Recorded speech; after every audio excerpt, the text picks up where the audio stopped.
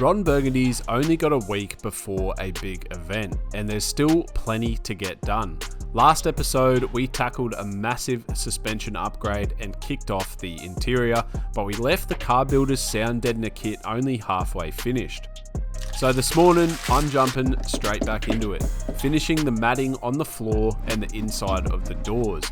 And honestly, the difference in the doors alone is insane.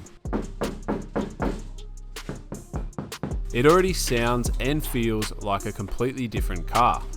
From there, it was time for the mass noise liner. This is a thick foam layer that sits over the deadener to block even more sound. And because it's pre-cut for the GQ, the installation was really easy.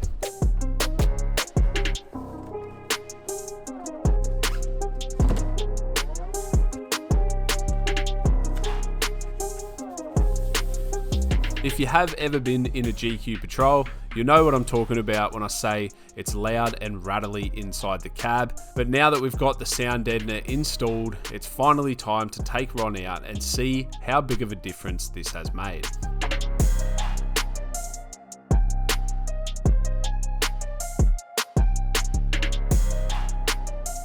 All right, we've just come out to my private testing facility. Yep. And what we're doing today is finishing off the sound test. So we've done the sound deadener and we need to see if it's made a big difference in the car. And I can already tell that it's made quite a big difference even just driving it here. What we're going to do is get the phone meter back out, the noise meter. This is the road that we tested it on in the previous video. We're just going to drive up and down there. In the previous one, it got to 105.4 decibels, which is the equivalent of a subway train. So extremely loud inside the car. Obviously, all the sound deadening that we've done now should help that, but we're obviously going to put it to the scientific test. Now, obviously, I still don't have door cards and everything on. I do have them on order. They haven't come in. So there is still going to be a little bit of noise, and we've got the gull wing doors on there. So it's not going to be perfect. It's not like everyone else's car where everything's getting sealed in properly, but I thought that this would be the perfect time to do the test before we kit out the back of this thing, which is happening in today's video. So we're idling at 84. Now I'm going to hit the dirt track.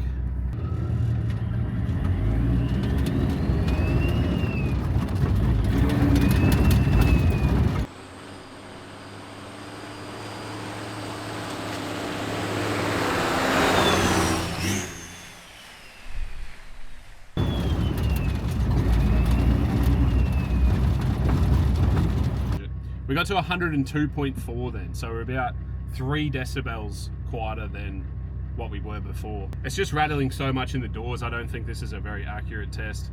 Try it one more time.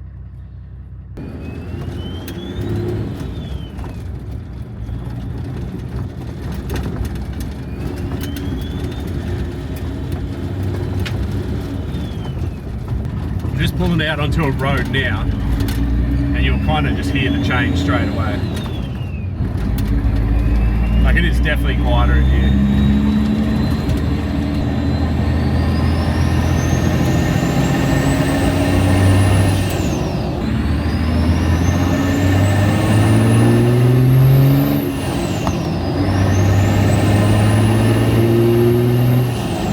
Sounds so good. Oh, it's so much better in here. So much better. Let's restart this.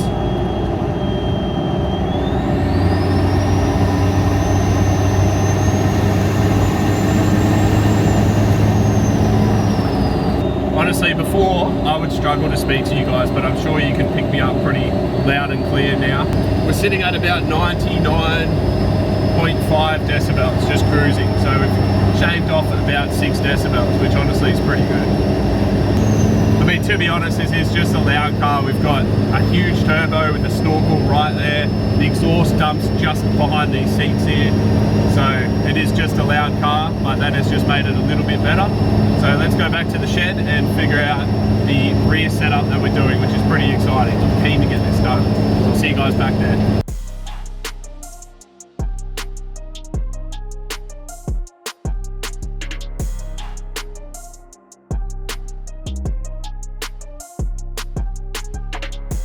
Crikey, that's bloody clean for not even touching it with a broom or a sponge, which is the idea of foam life. If you haven't heard, and I'm going to shamelessly plug myself once again. Now, Foam Life is a foam on, rinse off, touchless wash. So you don't touch it with a broom or a sponge, saving your time, not putting swirl marks in your paint. It honestly is the way to clean full drives. It's definitely the best way to do it. Chief sold over 10,000 litres of this stuff, and these German design foamers are honestly the best on the market. The recommended retail price on these foamers is $370. Our large pack comes with interior cleaner, cockpit protector, a litre of soap, and the foamer for $270. Save yourself some money, buy it this way through the packs, and you'll get a result exactly like this at home. But anyway, we're back in the shed to get to work, so let's check out what we're doing next.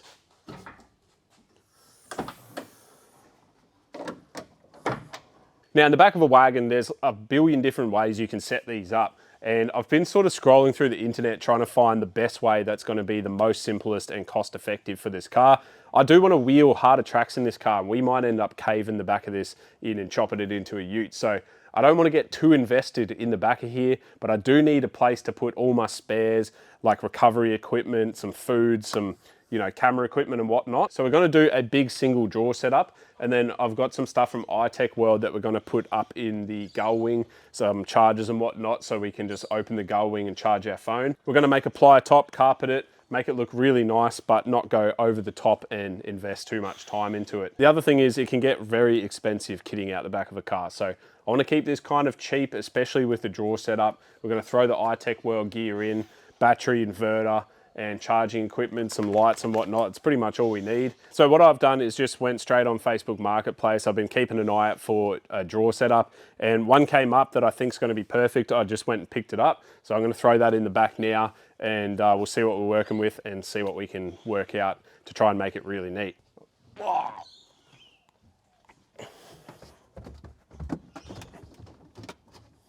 Right, so this here is the drawer. I picked this up for only 200 bucks, so very cheap compared to what you can spend on a drawer setup. Now, the quality is not the best. It's not the thickest material up top here, but we are gonna put a top on this, so it's not gonna matter. The other thing is this is already powder coated black, which honestly looks really good in here, and it's gonna tie in nicely. But what we need to do is build a false floor so we can cover up these side sections, and then we can utilize that space down there. I'm gonna do a fridge with a fridge slide, as well as a large 12-volt panel with switches and all that. Eventually we'll get an air compressor, lights, everything in here, but the main focus at the moment is to just get all this in so we can get to the Black Duck Valley event in just a week. So yeah, we've got some work to do.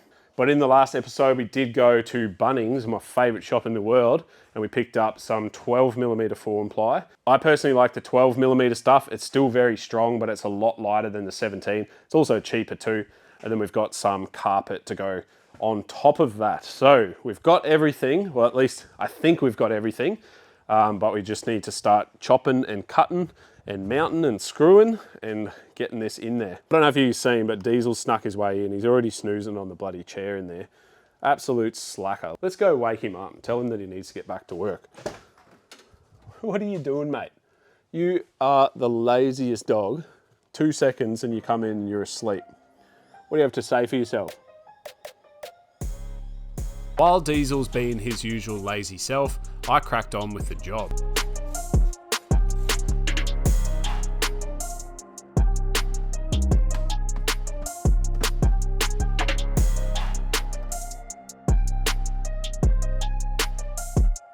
Now, I'm not someone who ever has a full plan written out. Honestly, I usually start with about 25% of an idea, and I let the rest figure itself out along the way. The only thing that I had locked in here was to get this drawer in, cut the top, and then fit it with carpet.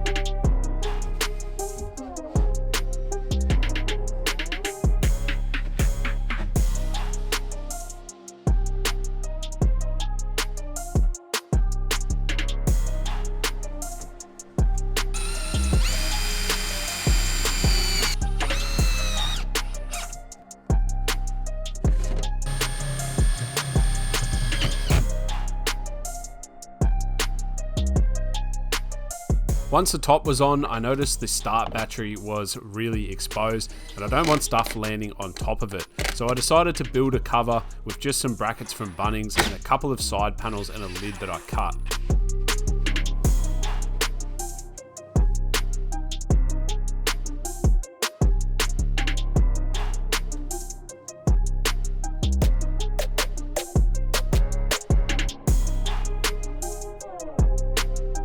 Right, well you guys probably should know by now that we're putting iTech World in Ron Burgundy and I'm pretty excited to get this stuff in because it's really cool. What we've got here is the iTech World control hub. Now, the reason that this is amazing is it's got a screen, it has an inboard charger, well, it's mounted charger, it's got switches, USB ports, even USB-C, cigarette lighters, a screen and a heap of Anderson plugs on the side. This is the simplest way to do a custom looking 12 volt setup because you can just whack this in, run wires in, run the charger, and it's pretty much done. All the spaghetti mess is contained inside of this box, which saves, honestly, it saves a lot of work and all the wire sizes are right. You know that everything is ready to rumble. In the GU, I did a full custom fascia with switches and stuff and I do regret it. I wish I just went this. It's a lot easier, a lot simpler. And I think that this is the way to do it these days. Also going with a 2000 watt iTech World inverter, pretty much will run all of our 240 volt needs. We pretty much just need chargers. I might put some battery tools in this and then paired with a massive battery that is on the way. It'll probably be here next week.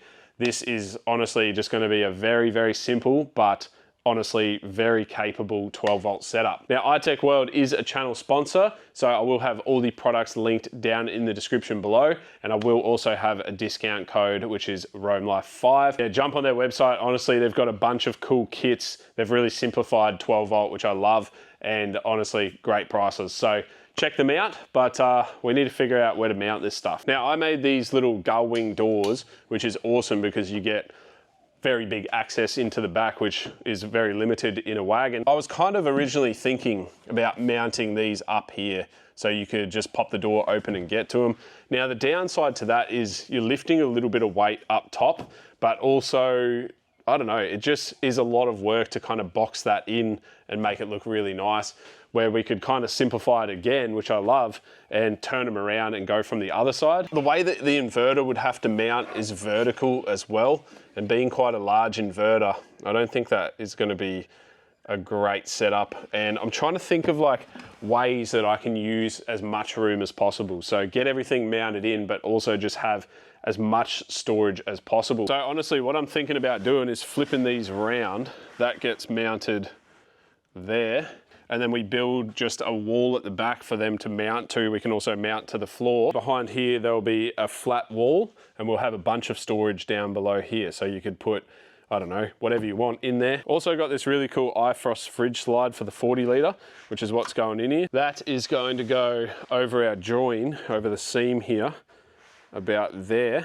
And then I'll put the battery behind there and mount that in, and it does fit. I have measured everything. I think that's a pretty good compromise between like simplicity but also utilizing as much storage as possible, which is the main goal here, and that's why I'm going to leave these open just so I can utilize stuffing stuff into the side there. So in the back here as well, I am going to build this cavity in here, so you can open that gull wing and you've got storage here.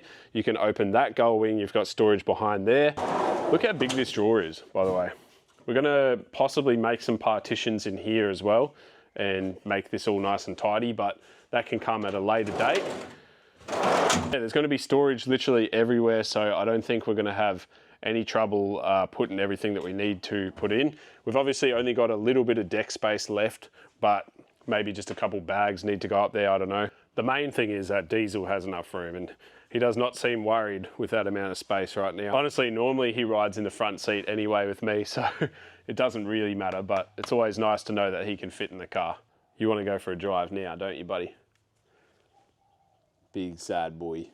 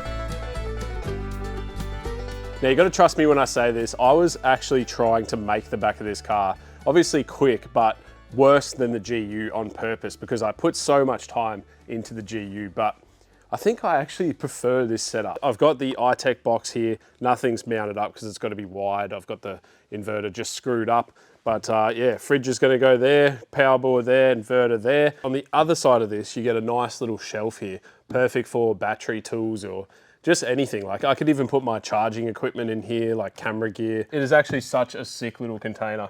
And I've made little partitions on each side, so if you do put something in there, it can't roll out. On this side, we've got 3 partitions too, and these ones are quite larger. Once again, could do camera equipment or, you know, soap and sunscreen or whatever you want to do. It's actually just turned out amazing. I freaking love it. All the iTech World gear is going to go in next week. Get the battery. What are you doing, Dees? You stole my chip packet now. I'm actually so excited to kit this out.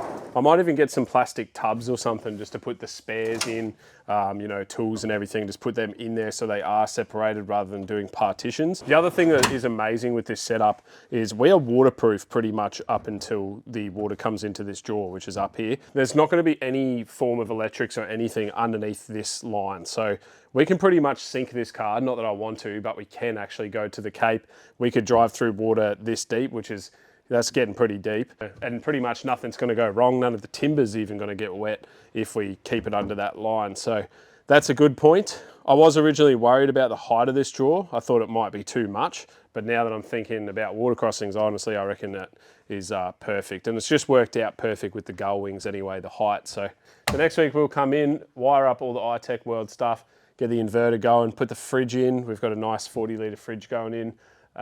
Get some lights in here. I want to do lights up the top and lights underneath the ground so everything is nice and lit up at night.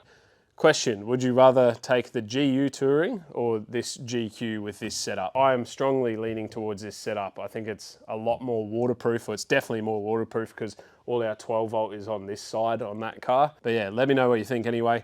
And I'm going to leave the episode here. So cheers for watching. Drop a comment, drop a like, do whatever you want. Catch you on the next step.